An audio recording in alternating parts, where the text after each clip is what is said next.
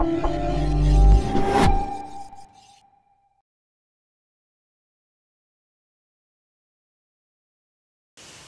talent, c'est quoi?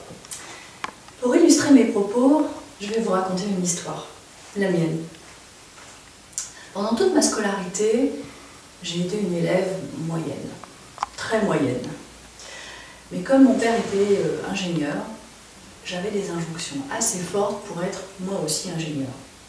Ce que je suis devenue, je suis même allée jusqu'au doctorat. À l'époque, c'était le boom de l'informatique. Et porté par les événements, je me suis spécialisée dans les systèmes d'information. Je suis devenue consultante, junior, senior. Au niveau des compétences, ça allait. J'étais normale, dans la norme. Il y a 12 ans, je fais un burn-out. Alors je me fais aider et je prends conscience et surtout j'accepte.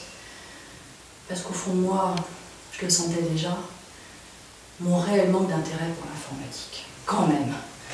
Que ce qui au fond de moi m'intéresse et finalement m'a toujours intéressé, c'est l'humain.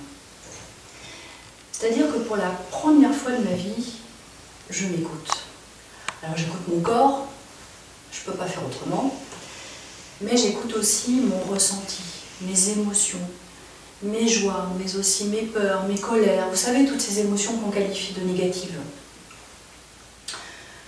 Alors à l'époque, j'ai 43 ans, je suis déjà presque senior sur le marché de l'emploi. En plus, l'insertion dans les ressources humaines, c'est plus compliqué que dans l'informatique. Et pourtant, j'y suis arrivée.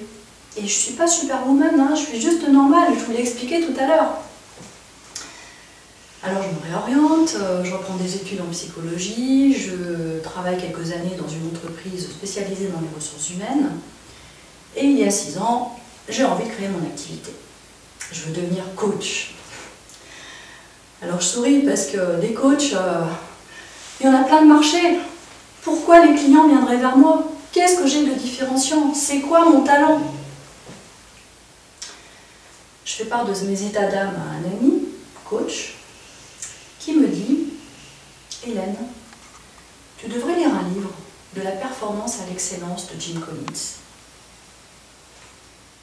Comme c'est un ami, j'ai confiance, je m'exécute. Et effectivement, j'ai trouvé dans ce livre un concept tout à fait nouveau, très intéressant, le concept du hérisson, qui influencera beaucoup la suite de mon histoire. Jim Collins est un chercheur américain en management et organisation.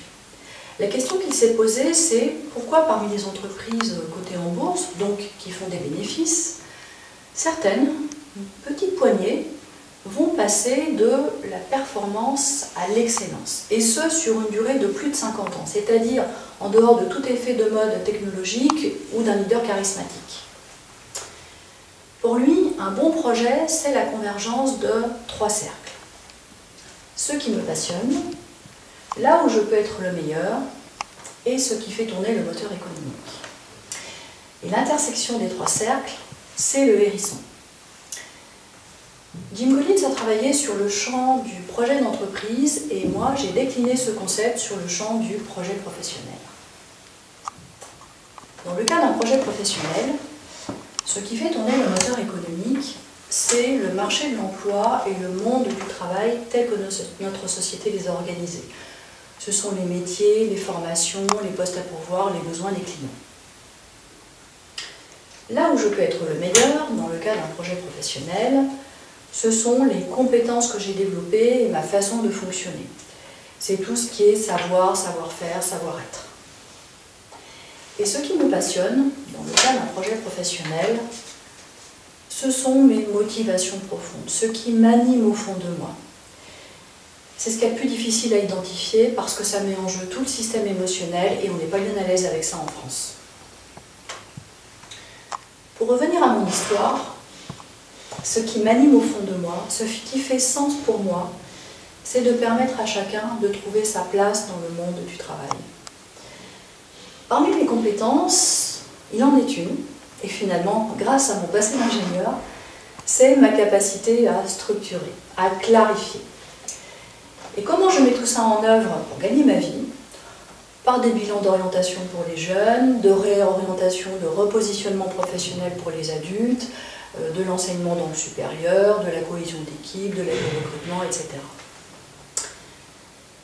Pour terminer, je dirais que tout le monde a du talent. L'enjeu, c'est de l'identifier. Et pour ça, le concept du hérisson est vraiment un outil génial. Et vous, c'est quoi votre talent ?